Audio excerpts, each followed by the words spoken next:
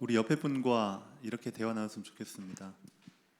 오늘 밤도 잘 오셨습니다. 예배의 축복을 누립시다. 우리 마지막으로 신앙 고백하겠습니다. 다 같이 시작. 주는 그리스도시요 살아계신 하나님의 아들이십니다. 아멘. 오늘 저와 여러분에게 주실 하나님의 말씀은 에베소서 6장입니다.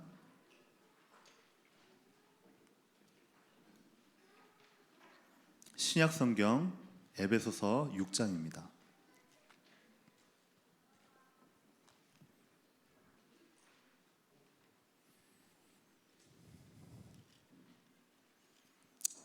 (6장) 10절부터 18절까지 저와 여러분들이 한 절씩 교독하도록 하겠습니다.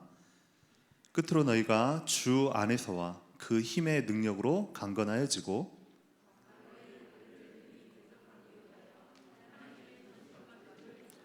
우리의 씨름은 혈과 육을 상대하는 것이 아니요 통치자들과 권세들과 이 어둠의 세상 주관자들과 하늘에 있는 악의 영들을 상대함이라.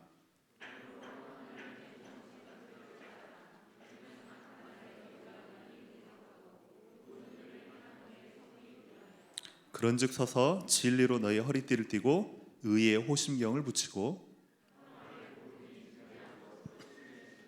모든 것 위에 믿음의 방패를 가지고 이로써 능히 악한 자의 모든 불화살을 소멸하고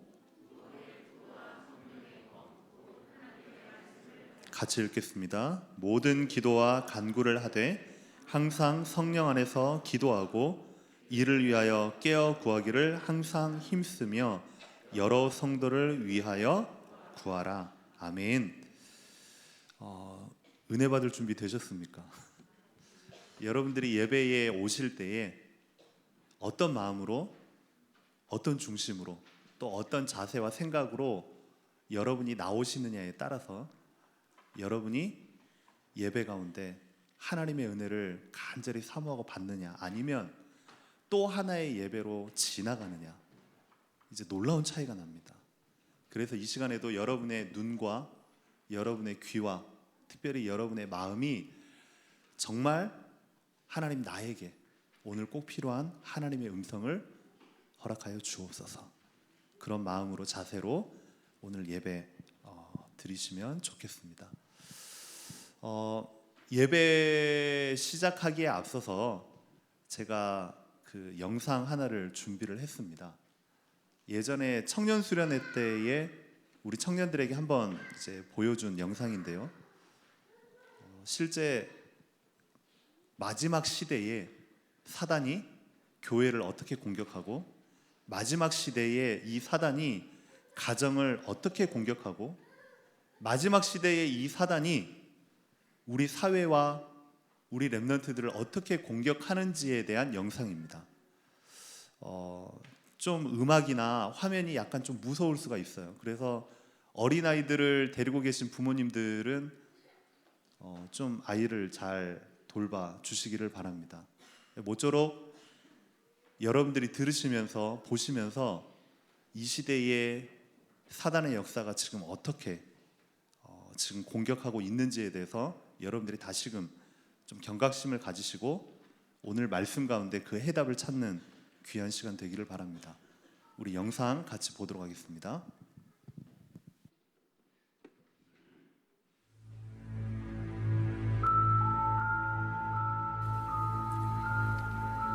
친애하는 마귀들아, 우리는 지난 수천 년 동안 하루도 쉬지 않고 하나님과 커다란 전쟁을 치러왔다. 우리는 아담과 하와를 유혹하는 데 성공하였고 가인을 통하여 아벨을 죽이는 데도 성공하였다.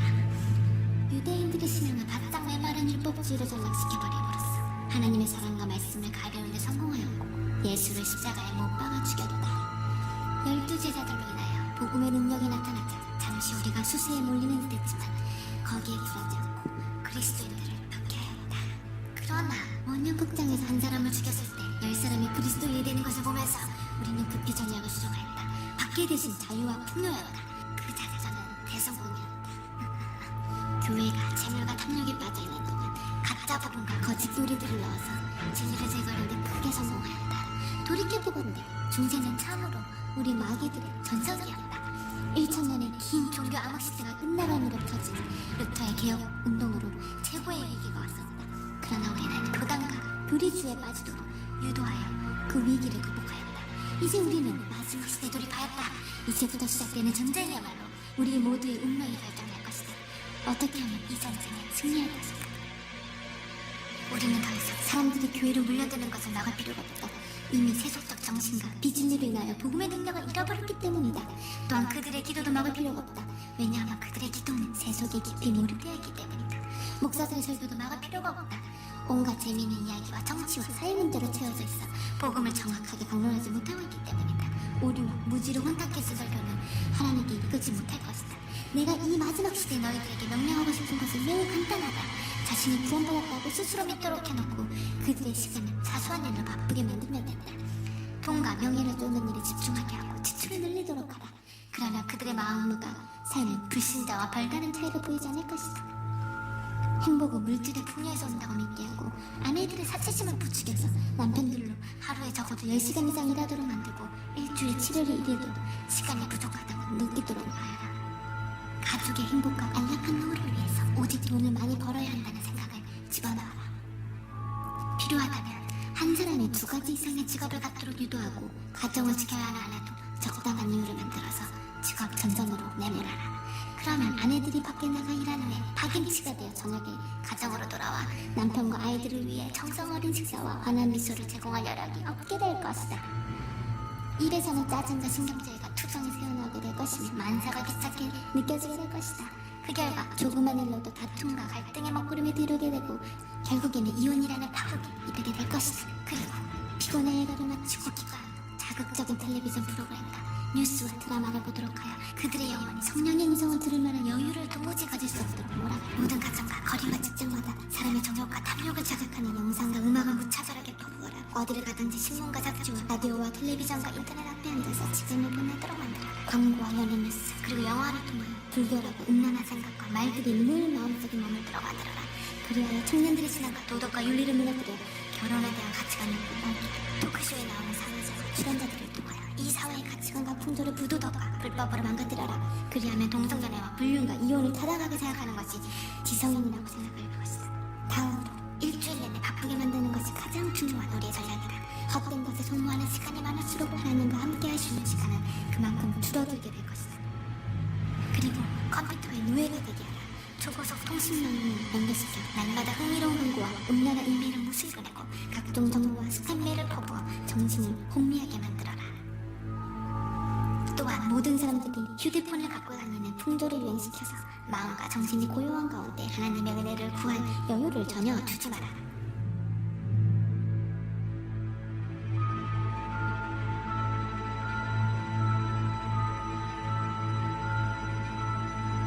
만일 이런 함정에 빠지지 않는다면 그들이 다니는 교회를 이용해라.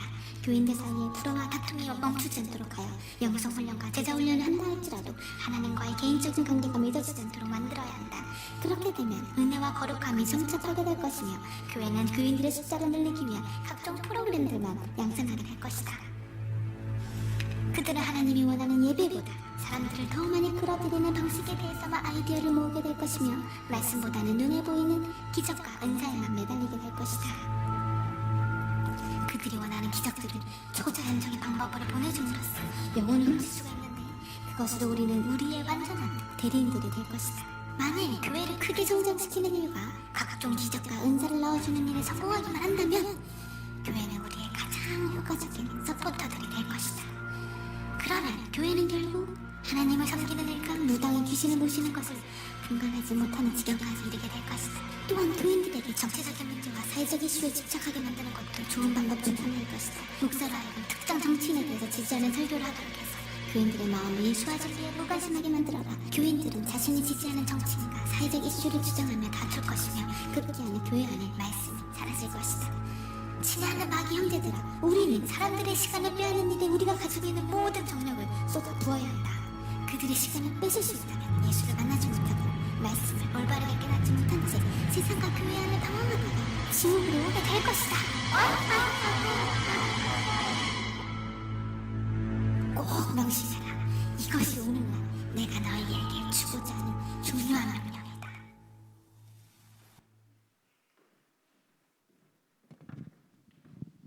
어떻게 잘 보셨습니까? 어떤 생각이 드시는지 여러분 스스로에게 한번 질문을 해보셨으면 좋겠습니다. 사단은 지금도 똑같은 방법으로 교회를 무너뜨리고 가정을 무너뜨리고 지금도 우리 후대들을 무너뜨리고 있습니다. 자기 손아귀에서 문화라는 이름으로 사회를 다 시스템화 시켜가지고 그 안에서 놀도록 지금도 조장하고 있다니까요. 그럼에도 불구하고 하나님은 사단에게 결코 지지 않습니다. 하나님은 하나님의 능력으로 지금도 하나님의 사람들을 곳곳마다 세우셔서 하나님의 일을 하시기를 원하십니다. 그래서 오늘 밤에 여러분들이 그 사단의 장난을 정확하게 아시고, 그리고 여러분에게 주어진 신분과 권세와 하나님의 능력이 얼마만큼 위대한 것인지를 여러분들이 바로 마음에 새기시고 오늘부터 하나님 앞에 영적 싸움의 결단 내리는 귀한 축복의 시간, 은혜의 시간, 결단의 시간이 되기를 주님의 이름으로 기도합니다. 오늘 말씀은 바울 사도가 에베소 성도들을 향하여 편지로 믿음을 공고케 하기 위해 쓴 편지입니다. 저와 여러분들이 살아가는 지금 이 시대와 그 당시 에베소 시대와 어떠한지를 한번 비교를 해보시면 좋겠습니다. 에베소 지역은 어떤 지역이었냐? 그 당시에 말하면 지금 유물로 세계 7대의 신전이라고 하는 아데미 신전이 있었던 지역입니다. 달리 말해서 그 지역 전체가요, 종교 그리고 문화의 최고의 중심지였습니다. 그 동네 사람들은 문화라는 이름 하에 우상 숭배가 나쁜 건지도 모르고 좋은 건 줄로 알고 모든 사람들이 아이까지 다 그냥 즐기는 문화로 그렇게 돼 있었던 겁니다. 근데 그곳에 바울이 전도운동을 하러 들어간 겁니다. 들어갔더니 사람들이 다들 무엇이 참 진리이고 비진리인지 분간도 못한 채 그렇게 살아가고 있었답니다. 거기에서 바울이 예수 그리스도를 전한 게 아니라 오직 예수 그리스도만 전한 겁니다. 그래서 두란노 서원에서 약 2년 동안 사람들을 말씀 듣는 제자들을 데리고서 거기에서 이제 전도 운동을 일으킨 거죠. 그러다 보니까 그곳에 있는 사람들 중에 제자들이 나오기 시작하고 그 사람들로 인하여서 우상도시 에베소가 신전으로 가득 차버린 에베소가 음란의 도시인 에베소가 차츰차츰 바뀌기 시작하는 겁니다. 그 사람들이 무엇을 봤기 때문에요? 영적인 사실을 정확하게 본 겁니다. 아, 우리가 섬기고 있는 저 아데미가 우리를 축복하는 것이 아니고 우리가 섬기는 저 아데미가 결국은 문화라는 이름으로 우리 지역과 도시를 멸망시키는구나 라는 걸 이제 알게 된 겁니다. 다시 말해서 영안을 뜨게 된 거죠. 여러분들도 마찬가지입니다. 여러분들의 지역과 여러분들의 현장과 축제라는 이름으로 행해지는 수많은 복음 아닌 문화들이 지금도요 우리 사회에 널려 있습니다. 방금 그 부목사님께서 기도했듯이 곧 있으면 이제 할로윈 축제잖아요. 서울에 있을 때 그랬습니다. 이태원하고 그리고 대학가 앞쪽에 홍대 앞에 가면요 할로윈 축제 전후 일주일 동안은 그냥 다니면요 이상한 바보 취급당합니다. 뭐라도 둘러쓰고 뭐라도 날개를 달고 뭐라도 삼지창을 들고만 다녀야지 그 사람이 정상인 겁니다. 그러니까 정상이 비정상이 되고 비정상이 정상이 되는 시대가 지금 이 시대라니까요. 우리 랩런트들도 마찬가지입니다. 학교 내에서 복음이라고 뭔가 바른 이야기를 하면요 바보 취급당합니다. 왕따 당합니다. 문화라고 그렇게 딱 사단이 장악하고요, 진리가 비진리가 되고 비진리가 진리가 돼버린 시대가 지금 이 시대라니까요. 딱 에베소처럼 이때에 우리가요, 그냥 그리스도 운동, 그냥 복음 운동, 그냥 예배가 아니라 하나님 앞에 목숨 건 예배를 드려야 될 줄로 믿습니다. 이번 주 강단 말씀이 그겁니다. 예배에 생을 걸어라. 예배에 목숨 걸어라. 예배 한 번 드린다고 해서, 잘 드린다고 해서 뭐가 바뀌겠냐? 제가 나중에 말씀드릴게요. 예배에 한 번 제대로 드리면요, 여러분의 인생이 바뀝니다. 아멘입니까? 우리 렘넌트들 잘 들으세요. 렘넌트 때에 지금 여러분이 나와 있는 이 시간에도 여러분 친구들은 학원에서 공부하고 있습니다. 아깝잖아요. 뭔가 쫓기고 있잖아요.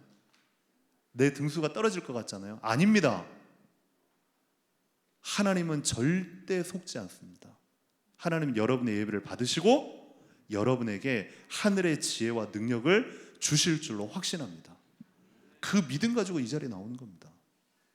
그리고 그 두란노 소원의 제자들이 무엇을 받냐면 영적인 권세를 누리고 체험한 겁니다. 그 아데미 신전, 우상 숭배하는 사람들의 능력을 예수 이름의 능력으로 하나씩 하나씩 정복해가기 시작한 겁니다. 그러니까 그 당시에 그 신전에 일하는 사람들이 세력을 가지고, 경제력을 가지고, 능력을 가지고 지배하고 있었는데 자기들의 세력이 잔치잔치 뺏기니까 이제는요, 소동을 일으키는 겁니다. 어찌됐건 두란노 소원에서 무엇을 보게 하셨냐? 무엇을 하나님이 알게 하셨냐? 영적인 사실, 그리고 영적인 권세가 무엇인지 제자들로 하여금 체험하게 하신 겁니다. 여러분 현장 가운데 다른 것 기도하지 마시고요, 예배에 목숨 걸고 내가 하나님의 자녀된 신분과 권세와 축복을 내 삶의 현장 가운데서 사실적으로 누리게 하여 주시옵소서. 세 번째입니다. 당시의 사단의 권세, 우상의 권세, 흑암의 권세 대단했어요. 하지만 예수 그리스도 이름의 능력 앞에서는 아무 힘이 없다는 걸 바울은 알았고 제자들은 보게 된 것입니다. 어떤 예전에 그 중국에서요, 그 주화가 그랬어요. 자기 반에 자기가 전도하려고 했는데 예수 믿는 사람이 한 명도 없더래요. 다 불교고, 다 엄마 따라 무교고, 다 엄마 아빠가 공산당이고 막 이런 겁니다. 예수 얘기했는데 막 약간 놀림받기도 하고요. 왜냐? 싹 다 안 믿으니까요. 그런데요, 하나님이요, 하나씩 하나씩 바꿔가요.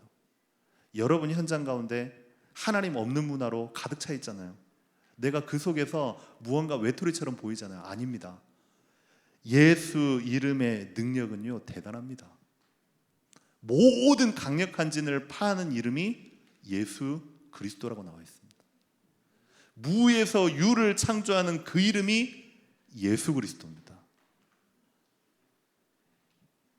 75억 인구가 아니라고 해도 예수 이름의 능력은 맞는 겁니다. 그 이름이 예수 그리스도입니다. 그렇다고 하면 저와 여러분이 오늘 밤에 6장 10절에 이렇게 나와 있습니다. 너희들이 마지막 시대를 살아가는 여러분들이 무엇으로 승리해야 되겠느냐? 끝으로 너희가 주 안에서와 그 힘의 능력으로 강건하여져라.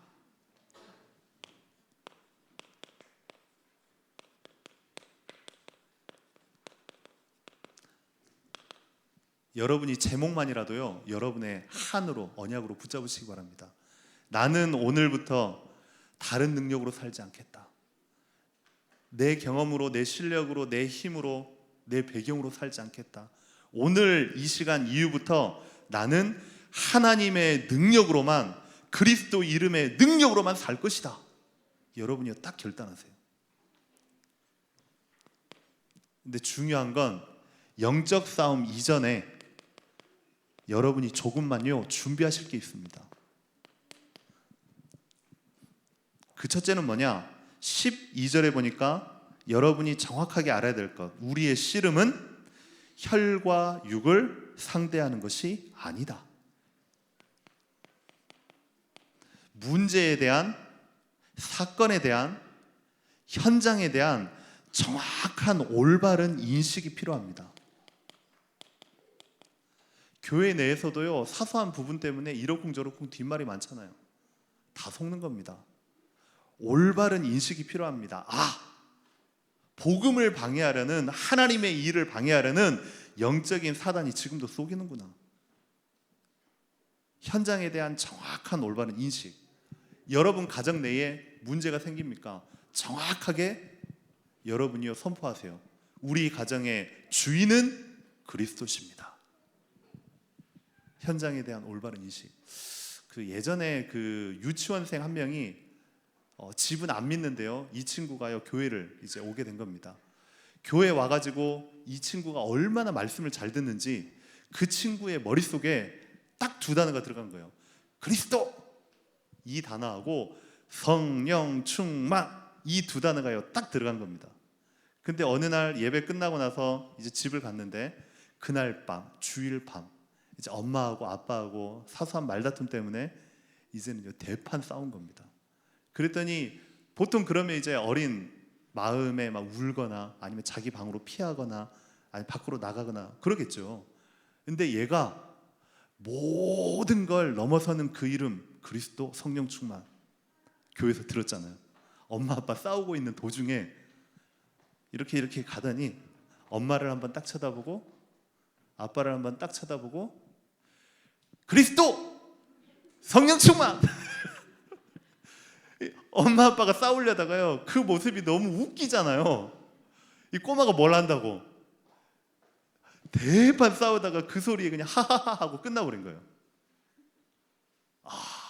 그리스도, 성령 충만. 여러분 가정과 현장과 여러분 마음속에 있는 답답한 문제를 향하여서 이 시간에 한번 우리 다 같이 큰 소리로 외쳐봅시다. 두 단어 시작. 그리스도, 성령 충만.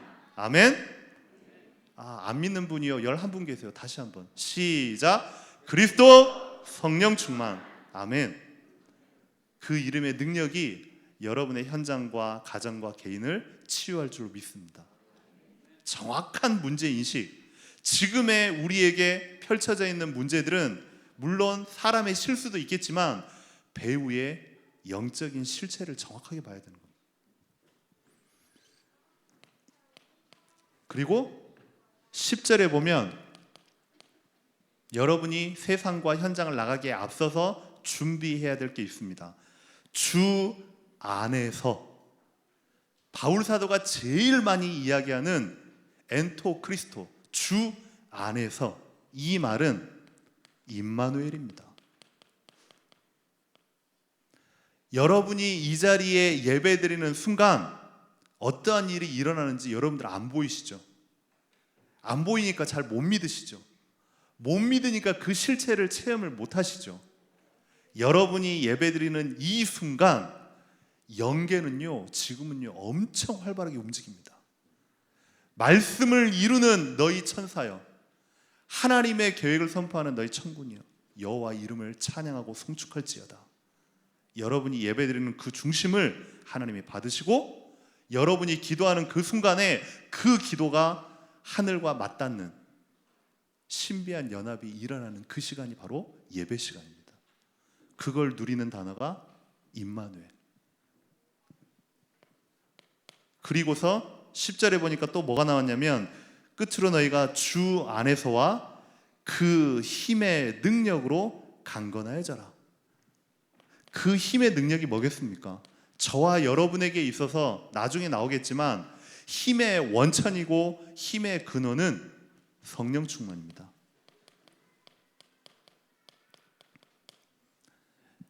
예전에 홍콩에서 아이들이 언어가 너무 다양하니까 어떻게 아이들 예배를 따로 드릴 수가 없었어요. 뭐 홍콩말 하는 애, 중국말 하는 애, 한국말 하는 애, 영어 하는 애. 그럼 제가 예를 들어서 한국말로 하면 통역을 뭘로 해야 되겠습니까? 영어로 한다고 하면 다른 친구들이 소외받아요. 중국말로 한다고 하면 또 다른 친구들이 아예 못 알아먹어요. 그럼에도 불구하고 목사님께 얘기하고 당회에 얘기하고, 그럼에도 불구하고 렘넌트 예배 해야 됩니다. 무조건 해야 됩니다. 해서 예배를 시작했습니다. 제가 할 수 있는 건 뭐 일단 예배 끝나고 나서 아이들 한 명 한 명 붙잡고 그냥 막 울면서 막 기도하는 겁니다. 하나님 축복해달라고, 역사해달라고, 정말로 이 친구 통해서 홍콩 살려달라고.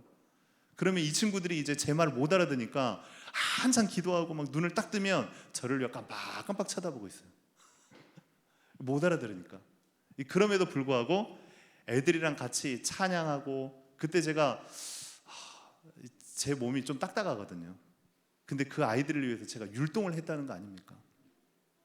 앞에서 막 율동도 했다가 손도 찔렀다가 막 한 바퀴 돌기도 했다가 막 별걸 제가 다 해봤습니다. 그 중에 하나가 뭐였냐면, 하나님이 우리에게 주신 7가지 축복, 5가지 권세, 그 중에서 하나가 성령 충만이 나옵니다. 어떻게 하면 이 성령 충만이라는 단어를 이 아이들에게 각인을 시킬까? 다들 언어는 달라도 한국말로 한번 따라해라. 성령 충만. 그랬더니요, 영어를 하고 광동어를 하고 중국어를 하는 애들이 한국말로, 저만 보면요, 성령 충만, 성령 충만, 다들 이러는 거예요. 그게요, 각인된 겁니다. 문제에 대한, 현장에 대한, 사건에 대한 올바른 인식을 딱 가진 다음에 여러분이 먼저 갖춰야 될 것, 하나님은 어제나 오늘이나 영원토록 동일하시고 영원토록 나와 함께 하신다. 그리고 나의 힘의 배경은 성령 충만이다. 전신갑주를 이야기하기에 앞서서 바울 사도가 에베소 성도들에게 이걸 먼저 얘기하신 겁니다. 여러분이 영적 싸움에 앞서 올바른 인식과 임마누엘과 성령 충만으로 무장되시기를 주님의 이름으로 기도합니다. 그렇다면 두 번째, 하나님이 우리에게 이것만 주신 게 아니라 하나님이 주신 무기가 있습니다. 13절부터 18절까지 나오는데요, 무기가 두 종류입니다. 방어 무기가 있고 공격 무기가 나옵니다. 싸움을 하려면 그래야 되잖아요. 상대방이 공격을 하면 막아야 되고, 상대방이 틈이 있으면 공격을 해야 되잖아요. 그렇게 그대로 나와 있습니다. 성경에 보면 머리, 그 다음에 가슴, 그 다음에 허리, 그 다음에 신발, 그 다음에 방패, 순서대로 나와 있어요. 투구를 쓰는데 무슨 투구를 쓰라? 구원의 투구를 쓰라. 여러분이 죽을 때까지 평생 놓치지 말아야 될 단어, 구원의 감사와 감격. 오늘 이 자리에서 여러분이 기도해야 될 것, 구원의 감사와 감격. 하나님, 떠나가지 마시옵소서. 구원의 감사와 감격으로 오늘도 충만하게 하여 주시옵소서. 내가 어찌 받은 구원인데, 어떻게 받은 구원인데, 구원받았다는 건 다 받았다는 겁니다. 그걸 딱 머릿속에 쓰라 이 말입니다. 그리고요, 흉배, 가슴의 호심경은요, 무엇의 흉배? 의의 흉배. 사람은요, 결코 의인이 될 수 없어요. 남자의 자손으로 태어난 모든 사람은요, 죄인입니다. 그러면요, 의의 흉배를 붙이라 이 말은, 의인은 이 지구상에 오직 한 분밖에 안 계십니다. 그리스도. 아멘. 의의 흉배를 붙이라, 그리스도의 심장으로 딱 무장해라 이 말입니다. 그리고 세 번째, 허리띠를 띠는데 무슨 허리띠? 진리의 허리띠를 띠라. 진리의 허리띠. 진리도 똑같습니다. 또 이 말은요, 그리스도로 딱 매라.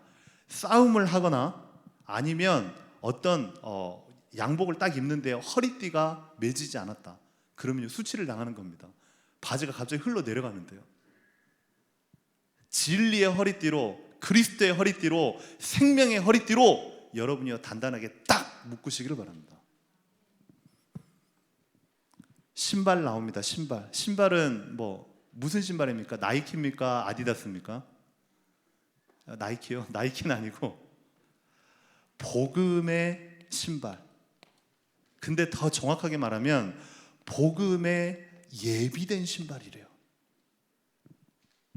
하나님께서 여러분에게 구원의 축복을 주실 때에 예수님이 나의 그리스도시요 나의 주인이요 창조주요 만왕의 왕 되심으로 영접할 때에 하나님께서 저와 여러분에게 모든 것을 다 주신 줄 믿습니다.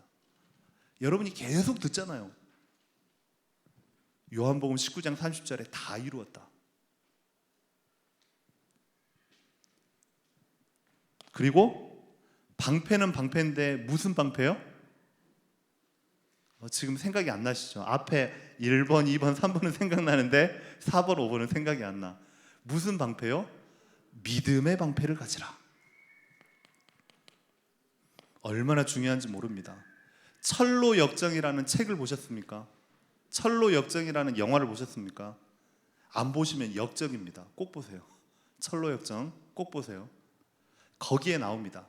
아무리 사단이요 옆구리를 찌르고 앞구리를 찌르고 아래를 찌르고 해도요 믿음의 방패를 가지고 딱 서 있기만 하면요 절대 뚫리지 않습니다. 아무리 나를 시험해봐라, 욥처럼 아무리 나를 건드려봐라, 끄떡 없습니다. 믿음의 방패를 가지라. 아멘. 근데요 사람이요 체질이 참 희한해요. 체질 자체가 불신앙인 체질인 사람들이 있어요. 좋은 이야기를 하면 당연히 그렇겠지라고 지나가고, 무언가 불신앙의 얘기, 사람에 대한 얘기, 뒷말 있잖아요. 그 말하면요 귀를 쫑긋 세고요 같이 딱 붙는 사람들이 있어요. 이 불신앙 체질들. 그 말들이 재밌거든요. 아 누가 어쨌댄다, 뭐 이권사가 어쨌댄다, 박 집사가 어쨌댄다, 아 저 장로님 어쨌댄다, 얼레리 껄레리. 그게 너무너무 재밌는 거야. 그런 체질 있는 사람들이 있다니까요. 사단이요 거기에 딱 파고 들어가지고 관계를 갈라놓고 믿음을 갈라놓고 교회를 갈라놓습니다. 그 전략이 뭔지 압니까? 신천지 전략입니다. 요놈의 신천지가 와가지고요 여러분들 사이에 딱 가서 엄청 충성합니다. 그러면요 믿음직스럽게 보이거든요. 좀 사람들이 붙는다 치면 그때부터 이간질하고 다닙니다. 목사님 말이야, 아유 옛날에 어쨌는 줄 알아? 알면요 큰일 나. 사모님 어땠는 줄 알아? 아유 말도 마. 그러면서요 편가르기를 해버립니다. 그게 이제 신천지입니다. 오늘 이후로 여러분 사이에 불신앙의 말이 나왔다, 뭐 사실 얘기하지 말라는 소리가 아닙니다. 불신앙의 얘기가 나왔다, 그리스도, 아멘. 믿음으로 끝내버리세요. 믿음의 방패를 가지라. 그러면 이제는 공격을 해야 될 거 아니에요. 공격 무기는 딱 한 가지입니다. 검을 갖는데 칼 가지고 이제는 찔러야 되는데 무슨 검이요? 말씀의 검을 가지라. 그래서 여러분들이 예배를 드리는 것이고, 그래서 여러분들이 훈련을 받는 것이고, 그래서 강단 말씀에 생을 걸어라는 말이 결국은요 현장 가운데 모든 마귀의 흑암의 저주의 세력들을 꺾을 수 있는 게요 하나님의 말씀입니다. 하나님은 말씀으로 천지를 창조하시고, 말씀으로 마귀를 멸하시고, 말씀으로 죽은 자를 살리시고, 말씀으로 병자를 해결하신 겁니다. 아멘. 그렇다면요 답은요 딱 한 가지입니다. 저와 여러분에게 있어서요 유일한 해답 하나님의 말씀입니다. 아 교회는요 왜 맨날 하나님의 말씀만 말씀이 전부기 때문에요. 오늘 기도하신 집사님, 하나님이신 말씀입니다. 말씀이 곧 하나님이시니라. 말씀의 검을 가지고 여러분들이요 현장 속에 마음껏 찌르고 다니시기를 주님의 이름으로 축원합니다. 세 번째, 방어 무기가 있고 공격 무기가 있는데 더 놀라운 건요 항상 무기도 주셨어요. 성령 안에서 무시로 기도해라. 저와 여러분에게 최고의 무기가 한 가지 있다고 하면 그 무기는요 말씀과 기도입니다. 기도를 몰라서 그래요. 기도하면 다 됩니까? 또 어떤 사람들은요 기도나 한번 해봅시다. 아니요, 기도나 한번 해봅시다. 그 말도 안 되는 소리예요. 기도하면 됩니다. 기도하면 될까요? 됩니다. 여러분 자녀 답답하시죠? 기도하면 됩니다. 지금 이 자리에 계시는데 제가 누구라고 말씀 못 드려요. 갑자기 저한테 와가지고요 막 얘기해요. 이랬던 아들이 어쩌저쩌저 막 이랬는데 하나님이 은혜를 주셔가지고 이 아들이 나에게 이렇게 간증합니다. 하나님은 하십니다. 여러분의 삶의 현장 가운데 그 어떤 것도 대신 내가 원하는 시간표가 아닌 하나님의 정확한 시간표에 완벽하게 응답하십니다. 그걸 여러분들이 꼭 기억하시기를 주님의 이름으로 기도합니다. 그러면 이제 저와 여러분들에게 있어서 딱 무기도 갖춰지고 현장 보는 현실 보는 눈도 딱 열렸단 말이에요. 그러면 저와 여러분에게 마지막 한 가지 최고의 힘이 있습니다. 그 힘이 뭐냐?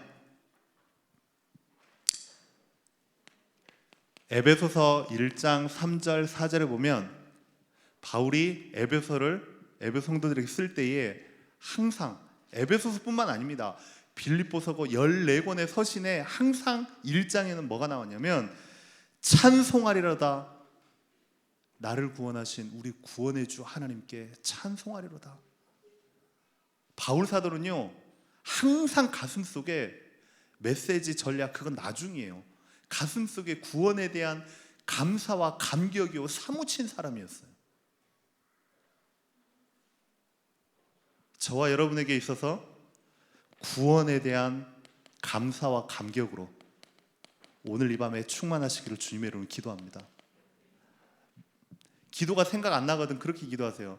하나님 오늘 이 밤에도 내가 하나님의 은혜로 99%가 아닌 100% 하나님의 은혜로 구원받음으로 인해서 감사합니다. 그 감격이 떠나가지 아니하도록 하나님 나를 붙들어 주십시오. 나를 붙들어 주십시오. 나를 붙들어 주십시오. 이 기도만 했는데요 부산에서 제가 어떤 권사님한테 들었습니다. 그 나이 드신 권사님은요 뭐 말씀을 들었는데 말씀 듣고서 5분 지나면요 말씀이 잊어져 버려요. 기억이 잘 안 난대요. 그 주보를 또 보셔야 돼. 제목 본다고. 들을 때는 아멘 아멘 하는데 5분 지나면 잊어버려. 그래서 끝난 다음에 찬송할 때 또 주보 보고 제목 보고 또 그렇게 하셔야 되는 겁니다. 근데 그분이 기도가 생각이 안 날 때 항상 기도하시는 게 있대요. 하나님 나 같은 죄인이 하나님의 은혜로 구원받음을 감사합니다. 구원에 대한 감사와 감격이 넘쳐나는 겁니다.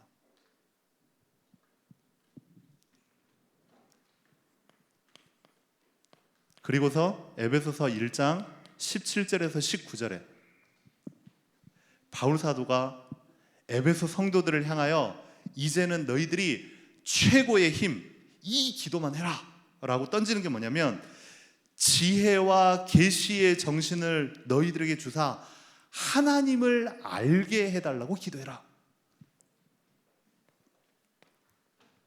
하나님이 눈에 안 보이시죠? 답답하시죠? 좀 솔직해 보자고요. 뭔가 손에 잡힌 게 없잖아요. 기도하는데 그냥 허공에다가 던지는 것 같고 무언가 막 느껴지지 않는 것 같고 아닙니다. 하나님 내가 하나님을 느끼게 도와주세요. 하나님을 알게 도와주세요. 하나님을 만지게 도와주세요. 하나님을 체험하게 도와주세요. 하나님과 깊은 교제로 들어가게 도와주십시오. 그런 사람들은요 예배가 한 자리 앞쪽으로 나올걸요. 저 뒤에 안 앉아 있을걸요.